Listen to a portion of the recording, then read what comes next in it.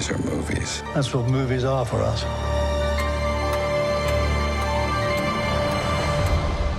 Pieces of time. Pieces of time. Well, award season is just around the corner, which means there's a lot of prestige movies, very good movies, coming out, including this one with George Clooney and Adam Sandler. Brian Eggert from Deep Focus Review and Cinephiles here on KARE 11 is back in the studio to talk us through two movies that are hitting the theater on Christmas Day, and then that is a Netflix special or streaming currently, right? The one we just saw. Correct, yeah. So thanks for coming in. Thanks for having me. Yeah, I don't normally get to interview you because Chris is the movie guy with you, of course, on the show, but he's coaching some basketball. So this is fun. Okay, so you were just saying that this time of year is really busy for you because this is when all the big, really good movies come out. It's a good problem to have. Yeah, I get to see a lot of new releases that are coming out, and a lot of them are just great. And so it's hard to pick like a top 10 list at this time of year. I always struggle with that, but it's a fun problem to have. Totally fun. All right, so upcoming films we have an eye on. We'll start again, and we have our first one with let's see, what is the first one? Marty Supreme. Yeah, and with Timothy Chalamet. Right. Okay, let's take a look. I have a purpose. Okay. Let me ask you something. Do you make money at this little table tennis thing? Not yet. Do you have a job? No. Backhand! Backhand! Forehand! How do you live? Well, I live with the confidence if I believe in myself, the money will follow.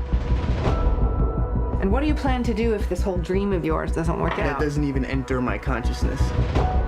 Maybe it should.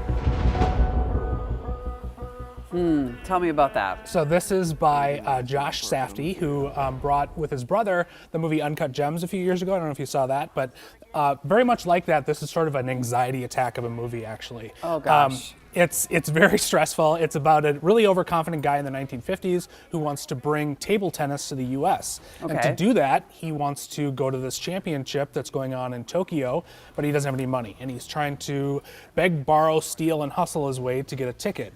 And it's just an exhilarating watch. It's one episode after another of him manipulating people and lying and trying to get this money together. And even though it's set in the 1950s, there's this score or a soundtrack of 1980s hits, and it's kind of underscoring how in the 1950s America was in a post-war environment, and we're focused on growth, and then in the 1980s we were so focused on kind of winning and success, that whole Reagan era idea. Sure. And there were a lot of great sports movies in the 80s, and it's kind of underscoring how that ambition can be a little self-destructive at times. Get it. Timothy Chalamet is outstanding in this movie, maybe his best performance to date. Wow, that's saying a lot. It is. And this is one of my favorites of the year, so okay, definitely check it that's out. also that's saying a lot too. Okay, this one is an international film, a Korean dark comedy, and it's called No Other Choice. 친아들과 경쟁자가 우리 남편에 비하면 영 인간 벼락 같은 거 안 만나. 심호흡하세요. 나는 내 식구들 입에 밥을 넣어주기 위해 무슨 짓이든 한다.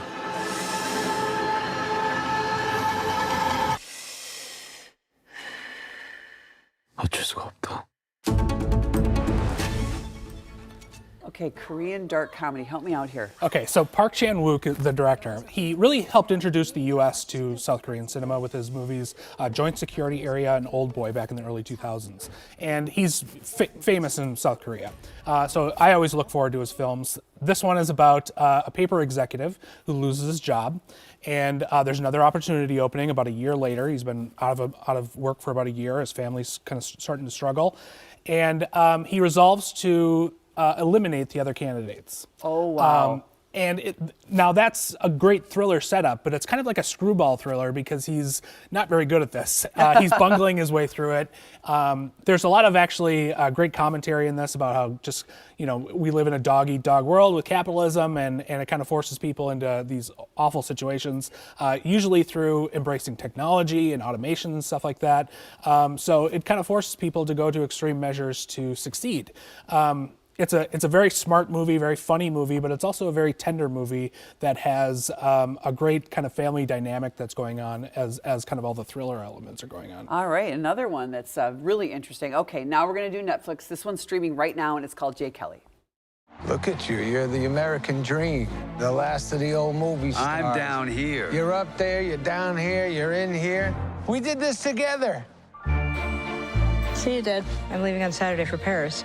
This is your last summer. It'll be so lonely here without you. No, it won't. You're never alone. Really? I think I'm always alone. Thanks a lot. Thinking about her leaving, I feel like I missed it. We need you now. Jay's having a nervous breakdown. It's bad. It's really, really bad. Okay. Well, I love I love George Clooney. I actually interviewed him once. Oh, really wow. fun story. And Adam Sandler. So tell me, what do you think? It's great. Noah Baumbach is a great writer-director. He made Marriage Story, if you saw that one on Netflix. And this is about a movie star who really starts to reflect on his life. He's going to get a Lifetime Achievement Award, so it's kind of like a road trip movie as he's going to get this award. But he's sort of regretting all of his relationships that he's sacrificed for his career. Okay. He has a lot of transactional relationships, but no real relationships. And it reminded me a lot. They call him a kind of an old school movie star, and that's true of George Clooney as well, but reminded me a lot of Cary Grant. So Cary Grant was born Archie Leach, and he had this persona that he created that's Cary Grant. He kept his personal life very private, and we all know Cary Grant, but that's it. Jay Kelly never made that distinction. He's just Jay Kelly. Okay. And he's kind of looking inward and wondering, who am I? Wow. So it's this existential movie, but it's also very funny and tender. So Okay, so that's out right now on right Netflix. now on Netflix, yeah. Thank you. Appreciate you. Thanks for having me. Thank you for sharing all these wonderful movies. And if you want to see more about each movie, because there's so much more to talk about, of course, you can always find more with Brian at Deep Focus Review and on our streaming show, Cinephiles on KARE 11+.